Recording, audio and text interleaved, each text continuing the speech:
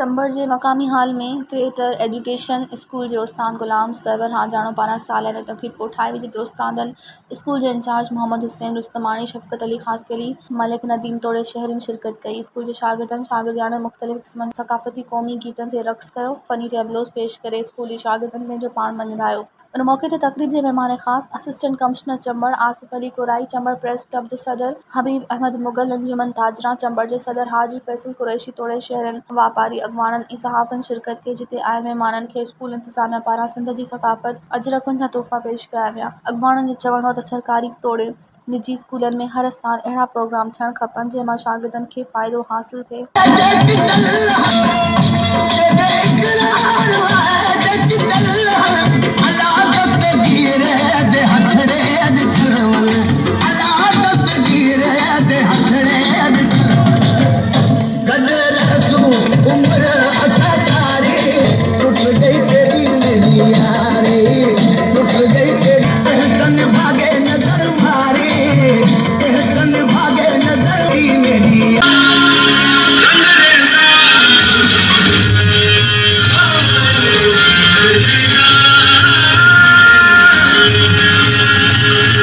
मज़ीद ख़बरनि ऐं तफ़सीलात लाइ विज़िट कयो असांजी वेबसाइट www.awamiNewsHD.com ऐं ॾिसंदा रहो अवामी न्यूज़ HD।